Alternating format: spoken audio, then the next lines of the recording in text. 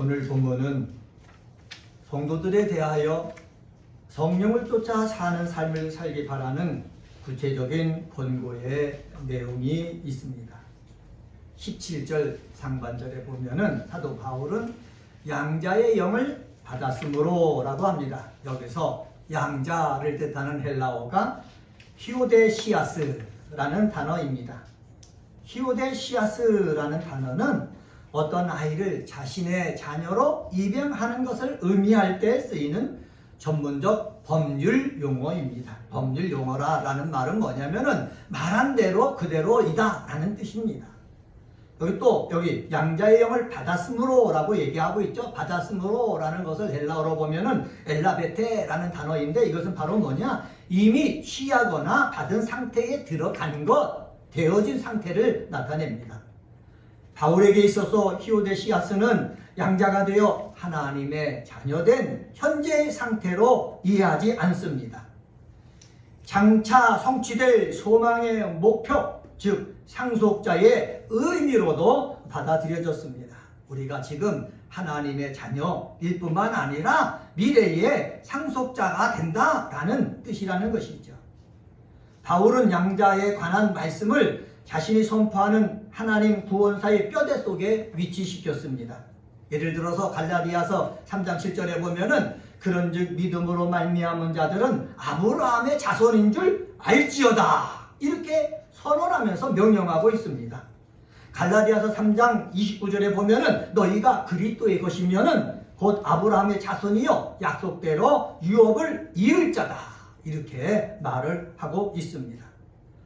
브라만이라는 신약학자는 양자됨, 즉 하나님의 유업을 이을 자에 속한다는 것은 바로 구원을 보장받은 것이다, 이렇게 말을 합니다. 양자됨은 하나님께서 인간과 밀접하게 관련시키셨음을 표현한 것이다, 이렇게 이야기하고 있습니다. 그리스도인인 여러분, 이러한 하나님의 양자됨은 예수를 믿어 성령의 인도함을 받는 사람이라면 누구에게나 주어집니다. 저와 여러분은 이미 양자의 영으로서 성령을 받았기 때문입니다. 오늘은 양자의 영을 받은 자의 삶이란 제목으로 말씀을 전합니다. 한번 따라서 해볼까요? 양자의 영을 받은 자의 삶. 네, 양자의 영을 받은 자의 삶은 어떤 삶입니까? 12절과 13절을 통해서 찾아볼 수 있는데, 그것은 바로 뭐냐? 은혜 받은 자답게 육신대로 살지 않는다라는 것입니다. 한번 따라서 해봅시다. 은혜 받은 자답게 육신대로 살지 않습니다.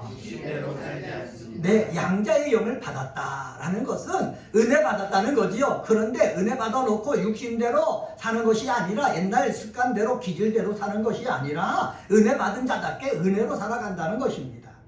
12절 하반절에 보면은 육신에게 줘서 육신대로 살 것이 아니다, 바울이 얘기하고 있어요. 13절에서는 너희가 육신대로 살며 이라고 말합니다. 은혜와 성령을 받아서 하나님의 자녀가 되었어도 육신에게 져서 육신대로 사는 사람이 있고, 영으로서 몸의 행실을 죽이며 사는 사람이 있습니다. 원문의 의미를 가장 충실하게 번역하는 성경을 학자들은 킹제임스 버전이라고 합니다. 킹제임스 버전과 그 다음에 뉴 아메리칸 스탠다드 바이블의 번역을 한글로 정확하게 옮기기는 어렵지만은, 이 킹제임스 버전과 NASB 성경 등은 뭐라고 그러느냐, 육신에게 져서 육신대로 살지 말라는 의미가 아닌 육신의 빚을 진 것이 아니다 라는 의미로 번역을 했습니다. 한번 따라서 봅시다. 나는 육신에게 빚을 진 것이 아닙니다. 이 의미로 번역했다는 거예요. 내가 예수를 믿어가지고 그리스도인 된 사람은 이 세상 삶을 살아나갈 때 외쳐야 될 것이 있습니다. 그것은 바로 뭐냐? 나는 육신에게 빚진 사람이 아니다. 나는 육신에게 빚을 지지 않았다. 이것을 외쳐야 된다는 것입니다. 왜 그렇습니까? 많은 사람들이 육신의 요구대로 살고 있기 때문에 그래요. 성경은 이야기합니다. 13절 상반절에 보면은 너희가 육신대로 살면 반드시 죽을 것이라 라고 바울을 통해서 얘기하고 있지 않습니까? 육신대로 살면은 반드시 죽을 것이라 라고 얘기했는데 많은 사람들이 자기도 모르게 내 속에서 육체의 소욕이 나와가지고 육체의 소욕대로 말하고 행동하고 그리고 그 육체의 소욕을 따라서 살아간다는 거예요. 바울은 이해가 안 되는 것입니다. 너희들은 육신에게 빚진 것이 하나도 없는데 빚진 것처럼 왜 거기에 붙잡혀서 살아가느냐라고 말하는 겁니다. 은혜 갖고 피는 교회에 나와서 믿음 생활하는 사랑하는 성도 여러분들은 바로 이 나는 육신에 빚지지 않았다. 육신의 소욕에 따라서 내가 따라가지 않아도 된다. 이것을 자꾸 주장해야 되는 것입니다. 바울이 육신대로 살면 반드시 죽을 것이다 이렇게 얘기했지 않습니까? 이것을 제가 헬라어를 보면서 본 것이 있는데 그것은 바로 뭐냐? 멜리테와 아포네스케인이란 단어가 함께 쓰였어요. 이렇게 단어가 함께 쓰이면 틀림없이 죽는다라는 것을 뜻하는 거예요. 바울은 얘기합니다. 육신대로 살면은 너희들이 사는 것이 아니라 반드시 죽는다는 것입니다. 왜 그렇습니까? 하나님이 정하셨기 때문에 그렇습니다. 성령을 거스려 육신대로 사는 자의 필연적 결과는 죽음입니다. 여러분, 죽음은 이 세상을 끝나는 것입니다. 그건 세상적인 죽음이에요. 영이 육체를 떠나면 죽습니다. 그건 세상이 말하는 거예요. 그러나 성경이 말하는 죽음은 무엇인 줄 아십니까? 하나님과 분리예요. 한번 따라서 해봅시다. 성경이 말하는 죽음은 하나님과의 분리다. 네, 성경에서 말하는 것은 하나님과 분리된 것이 죽음이라는 것이에요. 하나님과 분리되면은요, 육체는 쾌락 속에 살 수 있고, 육체는 즐기면서 삶을 살 수가 있지만은, 하나님 보실 때 그것은 죽음이라는 거예요. 그래서 우리는 이 비밀을 알아서 내가 많고, 그 다음에 삶이 즐겁고, 그래도라도 하나님과 분리되지 않고, 하나님과 밀접하게 관계되어서 지내야 된다라는 사실입니다. 13절 하반절에 보면은 사도 바울이 또 이렇게 말합니다. 영으로서 몸의 행실을 죽이면 살리니 라고 얘기합니다. 영으로서 몸의 행실을 죽이면 살리니. 여기 보면은 행실이라는 말이 나오죠. 행실이라는 말은 행함 또한 활동을 뜻합니다. 신약에 6번 사용되었습니다. 4곳에서는 어떤 뜻으로 사용되느냐? 악한 행동을 지칭하는 말로 쓰였습니다. NIV 성경은 이런 용례를 반영을 해가지고 뭐라고 번역했냐? 범죄, 나쁜 짓이라고 번역을 했습니다. 나쁜 짓을 이끄는 육체의 행실은 결국 뭐를 초래한다? 죽음을 초래한다. 그리고 성도들을 누구와 분리시킨다? 하나님과 분리시킨다라는 거예요. 이것을 우리는 알아야 되는 것입니다. 이것을 알아야 나쁜 짓을 추구하게 만드는 그러한 육체의 소욕을 따라 살지 아니하고 우리는 누구 뜻대로? 하나님대로, 하나님 뜻대로, 하나님 말씀대로 살아갈 수 있다라는 사실입니다. 한번 따라서 해봅시다. 나쁜 짓을 이끄는 육체에서 나오는 행습을 죽이라. 네, 죽이라는 말은 뭐예요? 분리시키라는 것 뜻이죠. 예, 또 나쁜 짓으로 이끄는 육체에서 나오는 나쁜 행습을 자꾸 분리시켜 나가야 되는 거예요. 여러분, 이 분리시키는 것이 쉽습니까? 어려워요. 성경은 갈라디아서를 통해서 말씀합니다. 육체의 열매가 있고 성령의 열매가 있다는 거예요. 성령의 열매는 우리가 성령 안에 있을 때 열매가 맺히고, 육체의 열매는 내가 그 안에 거하지 않으려고 해도 그냥 저절로 맺히는 열매가 무슨 열매예요? 육체의 열매예요. 이 육체의 열매 속에 내가 붙잡혀서 살지 않으려면은 그런 것이 내 속에서 나올 때마다, 내 입술에서 나올 때마다 내가 어떻게 해야 된다고요? 분리시켜야 되는 것입니다. 내 입술에서 분리시켜야 돼요. 내 마음에서 분리시켜야 돼요. 내 삶에서 분리시켜야 돼요. 그래서 내가 나쁜 짓을 예전에는 뭐 10가지 했더라면은 내가 자꾸 분리시켜갖고 9가지로 줄이고 8가지로 줄이고 2가지로 줄이고, 우리는 완전한 의인이 될 수 없기 때문에 자꾸 분리시켜 나갈 때 나쁜 짓에 분리시키는 것과 정비례해서 하나님과 더 깊은 관계로 되어진다라는 사실입니다.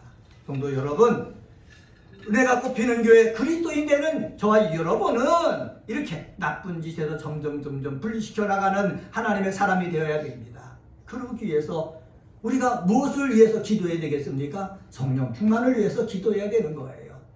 에베소서 5장 18절에서 사도 바울은 이렇게 말합니다. 술 취하지 말라. 이는 방탕한 것이니 오직 성령으로 충만함을 받으라. 명령하였습니다.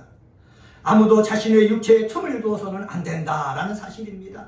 목사도요, 자신의 육체에, 자신의 소욕에 틈을 주게 되면은 어느 순간에 육체에 내가 빚을 주지 않았는데 자꾸 그렇게 살아가는 거예요. 그래서 틈을 주지 않기 위해서 하나님 오늘도 성령 충만, 말씀 충만, 은혜로 충만하게 하여 주시옵소서. 어떤 일을 결정할 때에도 하나님 성령 충만, 말씀 충만, 은혜로 충만하게 하여 주시옵소서. 그렇게 기도하며 나갈 때에 우리는 바르게 결정하고 바르게 살아갈 수가 있는 것입니다. 육체의 소욕을 따라가지 않을 수가 있어요. 마귀의 유혹을 차단할 수가 있는 것입니다. 우리 사랑하는 은혜가 꽃피는 교회 우리 그리스도인들은 말로 은혜 받은 자답게 육체의 소욕과 마귀의 유혹에 넘어가는 것이 아니라 은혜 받은 자답게 하나님의 영광을 위해서 살아가는 성도님들이 되시기를 주의 이름으로 간절히 축원합니다. 두 번째로 14절서부터 16절을 통해서 우리가 찾아볼 수 있는 것이 있습니다. 그것은 바로 뭐냐? 양자의 영을 받은 자의 삶은 뭐냐? 하나님을 아빠 아버지라 부른다라는 거예요. 한번 따라서 해봅시다. 하나님을 아빠 아버지라 부릅니다. 네, 양자의 영을 받잖아요. 그러면 하나님을 아빠 아버지라 부르는 거예요. 제가 교회에서 믿음 생활했지 않습니까? 우리 능동교회에서 믿음 생활했는데 처음에 나갔을 때는 나가는 것이 중고등부 나가는 것이 재미있어서 나갔어요. 근데 가다 보니까는 예배도 참석하죠. 예배 참석하고 보니까 사람들이 하나님을 향해서 아버지라고 부르는 거예요. 그때 저는 피식 웃었어요. 내 아버지는 집에 계신데 왜 교회 와서 하나님을 갖다가 아버지라 부르냐? 피식 웃었거든요. 그런 믿음이 없었거든요. 그런데 부흥의 가운데서 제가 은혜를 받았어요. 성령을 받았어요. 회개를 하고 나니까 나도 모르게 하나님을 향해서 뭐라고 제가 고백하느냐? 아버지라고 부른다는 거예요. 옛날에는 비웃어 웃던 제가 하나님을 향해서 아버지라고 부르면서 정말 감격하게 부르던 그 경험이 있는 거예요. 여러분, 양자의 영을 받은 사람, 성령을 받은 사람은 하나님을 뭐라고 부른다고요? 아빠 아버지라고 부르는 거예요. 그때 아버지라는 것보다 앞에는 뭐가 붙었다고요? 아빠라고 붙었다는 거예요. 친근해진다는 거예요. 어떤 사람의 아버지에 대한 경험은 두려운 경험이 있어요. 무서워하는 경험이 있어요. 그런 사람은 아빠 아버지라고 못해요. 아버님이라고 하는 거예요. 그런데 아버지의 관계가 좋아가지고 재미있고 즐겁고 도움을 받은 사람은 그런 아버지를 부를 때 뭐라고 해요? 아빠라고 부르는 거예요. 우리 은혜가 꽃피는 교회에서 믿음 생활하는 우리 그리스도인들은 하나님과의 그 관계가 깊어지고 친밀해지고 좋아서 하나님을 부를 때마다 아빠 아버지 부를 수 있는 믿음의 사람이 되시기를 주님의 이름으로 간절히 축원합니다. 14절 보면은 사도 바울은 이렇게 우리에게 말씀하고 있습니다. 모두 하나님의 영으로 인도함을 받은 사람은 곧 하나님의 아들이라. 하나님의 영으로 인도함 받은 사람은 하나님의 아들이라는 거예요. 여기 무릇이라는 단어가 있지 않습니까? 헬라어로 가르라는 단어인데 이것은 왜냐하면 이라는 의미를 지닌 접속사입니다. 왜냐하면 이라는 말을 쓴 거를 보니까는 13절에 말하는 내용을 얘기하고 있어요. 13절에 뭘 말합니까? 영으로서 몸의 행실을 죽이면 살 것이다. 미래에 이루어질 구원의 이유가 무엇이냐? 하나님의 영으로 인도함만 받는 자들이 다 하나님의 자녀들이기 때문에 라는 이유를 밝히는 것입니다. 하나님의 영으로 인도함 받는 사람은 다 뭐라고 그랬습니까? 하나님의 자녀입니다. 그럼 여러분들이 하나님의 영으로 인도함 받아서 이곳에 나왔다 그러면 여러분은 어떤 사람입니까? 하나님의 아들이다, 하나님의 딸이다, 하나님의 자녀다 이렇게 고백할 수가 있는 것입니다. 여러분이 나왔다면 단 한 사람도 예외가 없습니다. 여기서 인도함 받는다 라고 얘기하지 않습니까? 헬라어로 보면 아콘타이라는 단어를 썼는데 현재 수동태로 되어 있습니다. 이것은 바로 무엇입니까? 내가 스스로 가는 게 아니에요. 능동태를 내가 스스로 가는 거예요. 내가 인도함 받기 위해서 스스로 가는 것을 능동태를 사용하는데 현재 수동태를 산 거는 내가 스스로 가는 것이 아니라 하나님의 영이 내게 와가지고 나로 하여금 가게끔 뭐한다? 인도한다는 거예요. 그렇기 때문에 우리들에게 늘 필요한 것이 있어요. 목사도요, 하나님의 영이 와가지고 나를 인도해 가야 참다운 목사가 될 수가 있고, 우리 사랑하는 성도 여러분도 이 험한 세상에서 열심을 다해 삶을 살아나갈 때에 성령이 역사하셔가지고 여러분을 바른 길로 인도해 나갈 때에 정말 열매 맺고 복된 길로 나갈 수가 있다라는 사실입니다. 성도 여러분, 우리는 하나님의 영인 성령의 영에 이끌리면서 살아야 되는 것이에요. 성령님이 신호해주면은 그 신호를 받고 따라서 행동해야 되는데, 성령이 역사해도 대부분 사람들은 이거 성령이 나를 이끄는 건지 몰라요. 몰라서 못 따라가는 거예요. 사랑하는 성도 여러분, 눈이 열려지길 바랍니다. 마음이 열려지길 바랍니다. 귀가 열려지길 바랍니다. 영안이 열려지길 바랍니다. 그래서 성령이 여러분에게 역사하면은 아멘, 내가 따라가겠습니다. 내가 믿어지지 않아도 그 길로 가겠습니다 하면서 나갈 수 있는 사람 되시기를 주의 이름으로 간절히 축원합니다. 이것이 하나님께 나가는 자의 마땅한 삶의 태도예요. 그런데 대부분 사람들은 어떻습니까? 인간 본성의 감정에서 나오는 대로 생각하고 행동하고 결정하려고 하는 거예요. 미움, 증오, 탐심, 속임, 원한, 음란, 거짓, 위선 등 욕망에 이끌려 살아가요. 목사도 장로도 권사도 잘못하면 욕망에 이끌려가지고 자기 욕심을 채우려고만 힘씁니다. 어디서요? 세상에서요. 어디서요? 교회 안에서요. 자기의 소욕을 채우려고 교회 안에서도 애쓴다는 거예요. 그렇게 되면은 교회는요, 말씀과 성령과 은혜가 역사하는 장이 아니라 마귀의 놀이터가 되는 거예요. 여러분, 목사가 마귀의 놀이터가 되는 목사가 되지 않도록 여러분이 기도해 주셔야 되는 거예요. 그리고 여러분 스스로도 내가 마귀의 장난감이 되어가지고 이랬다 저랬다 하는 사람이 되지 않기 위해서 기도해야 되는 거예요. 우리 은혜가 꼽히는 교회는 성령에 붙잡혀서 성령이 역사하는 놀이터가 돼야지 세상과 마귀의 놀이터가 돼서는 안 된다라는 사실입니다. 이런 사실을 아는 사람은 늘 말씀과 성령으로 충만해지기를 원해요. 그래서 하나님 이 주일에 나왔을 때도 하나님 말씀으로 채워주세요. 은혜로 채워주세요. 성령으로 채워주세요. 이렇게 소망한다는 것입니다. 왜 그렇습니까? 그래야만 말씀의 인도, 성령의 인도함을 받을 수 있기 때문입니다. 그래야 교회가 교회다워지는 거예요. 그래야 그리스도인이 그리스도인다워지는 거예요. 그래야 바울이 말한 것처럼 우리 은혜가 꼽히는 교회 그리스도인들은 육체의 병기가 되는 것이 아니고 의의 병기가 되는 거예요. 성령의 병기가 되는 거예요. 하나님의 군대가 되어지는 거예요. 분명한 것이 있습니다. 그것은 바로 뭐냐? 나를 인도하는 성령의 자기 의지를 전적으로 내어주면은 성령의 열매를 맺게 된다는 사실입니다. 성령의 열매를 맺는 믿음의 사람들이 되시기를 주님의 이름으로 간절히 축원합니다. 반복해서 말씀드립니다. 계속해서 우리는 성령의 인도와 안내를 받으며 그대로 쫓아가는 삶을 살아야 하나님의 진정한 자녀이라는 거예요. 하나님의 자녀인데 자꾸 육체의 소욕을 따라 행하면은요, 마귀의 놀리감밖에 되지 않는다라는 거예요. 유대인들은 외견상으로는 하나님의 자녀들처럼 보였어요. 그러나 그들은 육신의 안위를 쫓았어요. 마귀의 인도를 쫓았어요. 하나님과는 전혀 상관없는 그 삶을 살고 있어요. 이것을 우리 주님은 안타깝게 보셨어요. 요한복음 8장 44절입니다. 거기 보면은 너희는 너희 아비 마귀에게서 났으니 너희 아비의 욕심대로 너희도 행하고자 하느니라. 그는 처음부터 살인한 자요 진리가 그 속에 없으므로 진리에 서지 못하고 거짓을 말할 때마다 제 것으로 말하나니 이는 그가 거짓말쟁이요 거짓의 아비가 되었습니다. 여러분, 유대인들이 바로 이랬다는 거예요. 어떤 사람이 하나님의 아들이라고 합니까? 15절 하반절 보세요. 15절 하반절에 보면은 양자의 영을 받았으므로 우리가 아빠 아버지라 부르시느니라.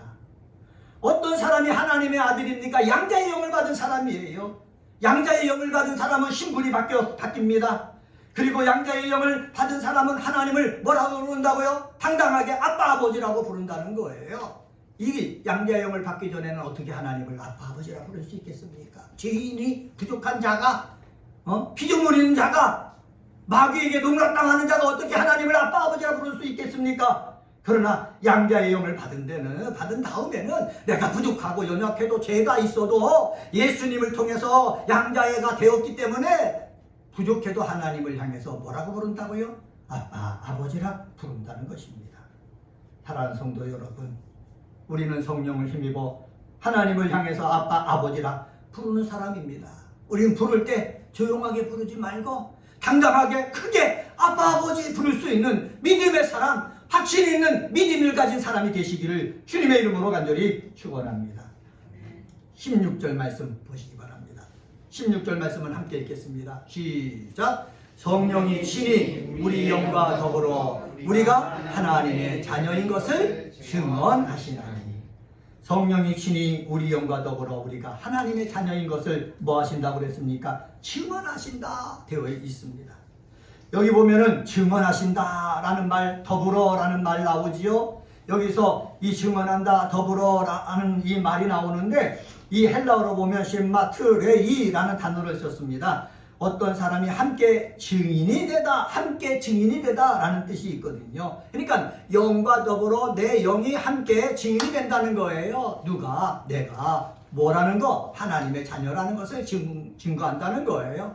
우리에게도 영이 있다지 않습니까? 근데 이 영은 뭐가 활동하는 장소예요? 하나님의 영이 활동하는 장소예요. 말씀이 들어오는 장소예요. 은혜가 들어오는 장소예요. 그래서 성령이 은혜로서 말씀으로 내 영에 들어와 가지고 활동하게 되면은 내 스스로 나도 모르게 하나님을 뭐라고 부른다? 아버지라 부른다. 성도 여러분, 여러분 마음, 여러분 영 속에 하나님의 영이 들어가시기를 예수의 이름으로 축원합니다. 그래서 예수의 영과 더불어 성령과 더불어 함께 활동해 가지고 하나님을 아버지라 부르고, 그리고 이 성령이 여러분 영 속에 들어가서 충만해져 가지고 성령 충만한 사람 되시기를 주의 이름으로 간절히 축원합니다. 하나님의 자녀가 된 것은 내가 어떤 권리, 능력, 잘해서가 아니라 순전히 은혜로 주어진 것입니다. 여러분 영에 하나님의 영이 들어와서 활동하실 때 이 활동을 통해 가지고 우리는 하나님의 사람이 된 것이고, 하나님을 뭐라고 부른다고요? 아버지라 부르는 것입니다.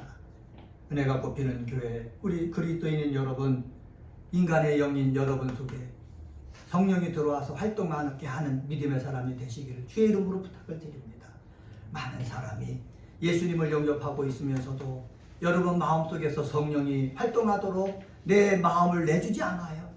성령이 내 속에 있어요. 예수님이 내 안에 있어요. 그런데 예수님을 내 안에 모시고서요, 자기 생각대로만 사는 거예요. 자기 주장대로만 사는 거예요. 자기 이론만 갖고 살고 자기 경험만 갖고 사는 거예요. 성령에게 내주지 않고 말씀에게 내주지 않고 내가 가로막고 있는 거예요. 그러니까는 그 사람의 생각과 결정은 계속해서 육적인 것밖에 될 수 없고 세상적인 것밖에 될 수 없고 세상적인 계산밖에 될 수가 없는 거예요. 여러분 영 속에 성령이 들어와서 성령이 활동하게 하시면은 우리는 육의 생각을 뛰어넘어서 하나님의 놀라운 일들이 일어나게 되어지는 줄 믿습니다. 대부분의 사람들은 그래서 이 영 속에 성령이 활동하는 것이 아니라 자기가 하기 때문에 뭐라고 하냐? 믿음도 입술로만 믿어요. 주여 주여 하는데 입술로만 주여 주여 해요. 손과 발 삶이 주님을 향해서 행하지가 않는다는 거예요. 이런 사람이 천국에 들어가기를 바라지만은 주님 말씀하셨어요. 나더러 주여 주여 하는 자마다 다 천국에 들어갈 것이 아니라 내 뜻대로 행하는 자가 다 천국에 들어간다 말씀하셨습니다. 성도 여러분, 우리는 입술로만 믿어서는 안 되는 것입니다. 입술로 고백한 것을 가지고 내 마음속에 내 생각 속에 집어넣고 그러니까 손과 발로 행동으로 옮길 때에 참다운 하나님의 자녀의 삶을 살 수가 있습니다. 세 번째로 양자의 영을 받은 자의 삶은 무엇입니까? 17절에 보면은 하나님의 뜻을 이루기 위해서 고난도 함께 한다는 거예요. 17절 상반절 말씀 보면은 자녀이면 또한 상속자 곧 하나님의 상속자요 그리스도와 함께한 상속자니 라고 합니다. 여기서 함께한 상속자라고 번역된 헬라어가 시클레노모이데라는 단어인데 복수형으로 되어 있어요. 상속받은 사람이 한 사람이 아니라 많다라는 거예요. 하나님의 자녀가 된 사람이 한 명이 아니라 예수님 한 명뿐만 아니라 많다는 것입니다. 하나님을 아빠, 아버지라 부르는 사람은 법적으로 하나님의 것을 상속할 수가 있습니다. 그 대표자가 누굽니까? 예수 그리스도예요. 예수 그리스도는 하나님의 아들로서 하나님을 아버지라 부르던 사람이기 때문에 이분은 하나님의 것을 뭐 할 수가 있다? 상속할 수가 있다라는 거예요. 그런데 성경은 말합니다. 예수를 믿어 하나님의 자녀된 자들도 예수와 똑같이 그런 보혜사인 성령을 보내심 받아서 성령이 내 속에 들어와서 예수님과 똑같이 함께 하나님의 것을 뭐하는 자가 되었다? 상속하는 자가 되었다라는 거예요. 한번 따라서 봅시다. 예수님과 같이 하나님을 상속하는 자가 되었습니다.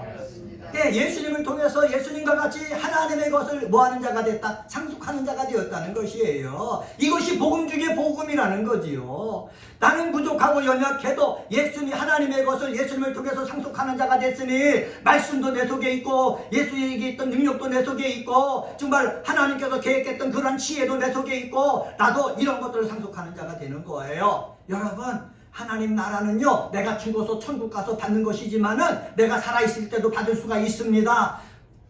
예수님이 뭐라고 말씀하셨습니까?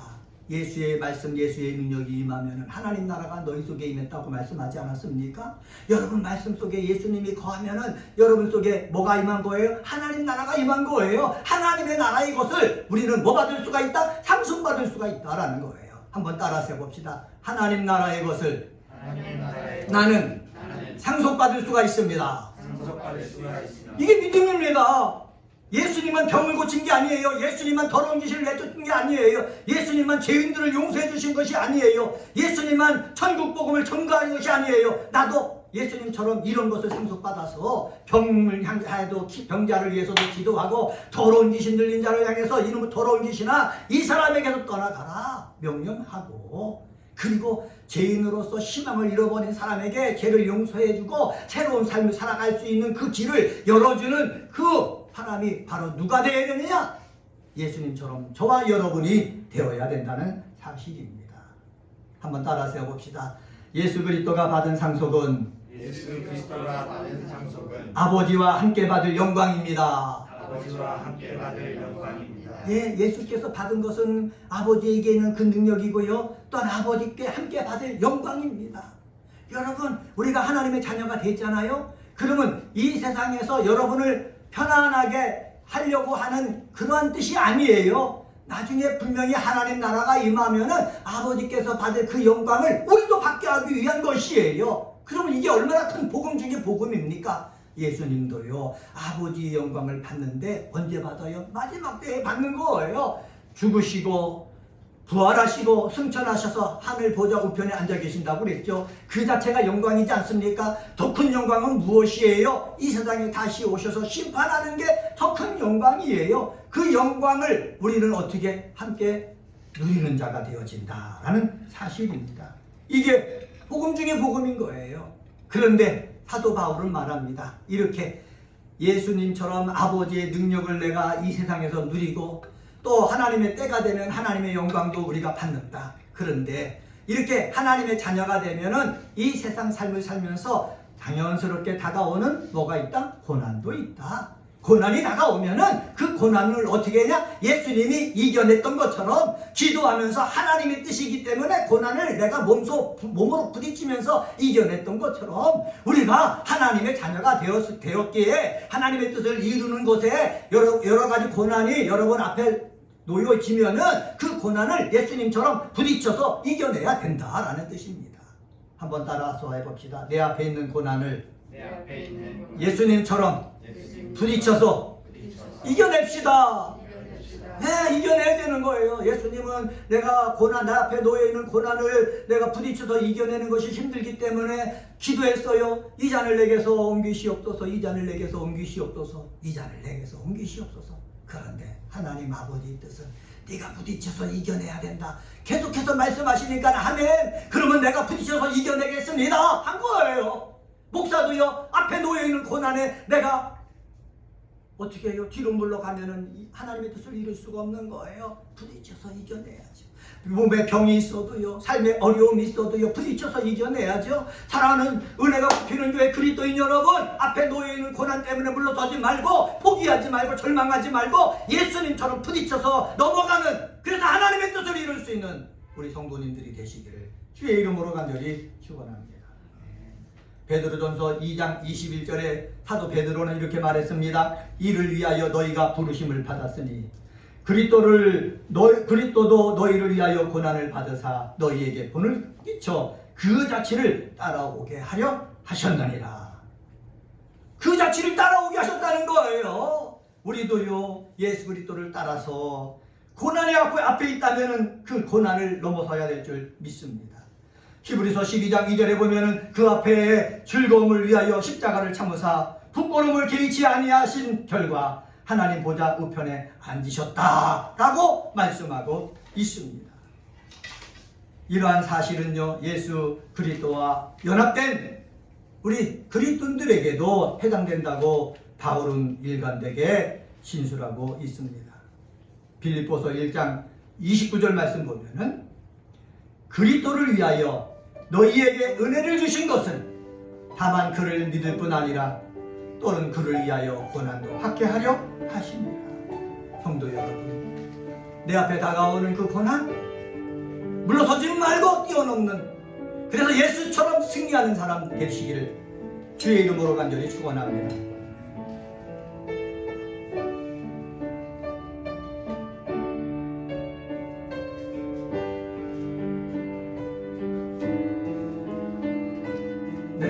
내가 그리스도와 함께 십자가에 못 박혔나니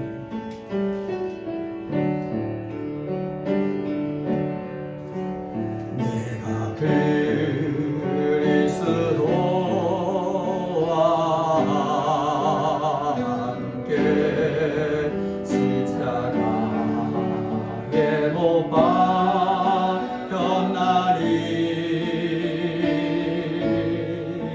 그런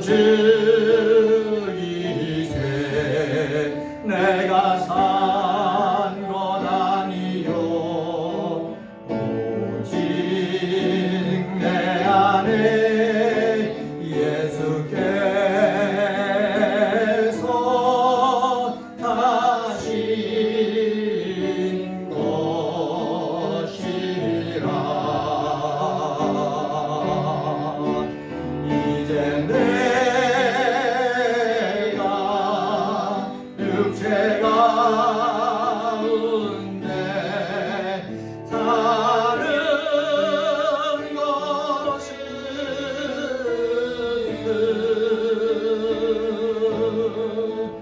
나를